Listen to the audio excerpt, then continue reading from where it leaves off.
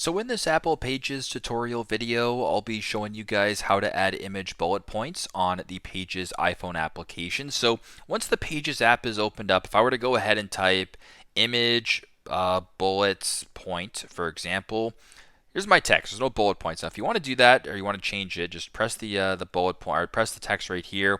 When this bottom bar sort of in the middle opens up, second from the right, press on the bullet points. Then just scroll down to where it says image right here. Go ahead and select that, and then you have this bullet point. So if I were to go down and let's just go to the next page, it does this line. So they'll just do G, G, etc. The image bullet points are present just like this. So pretty simple, pretty straightforward, but that is how to add the image bullet points on the Pages iPhone application. Thanks again for watching, and I hope this video helps.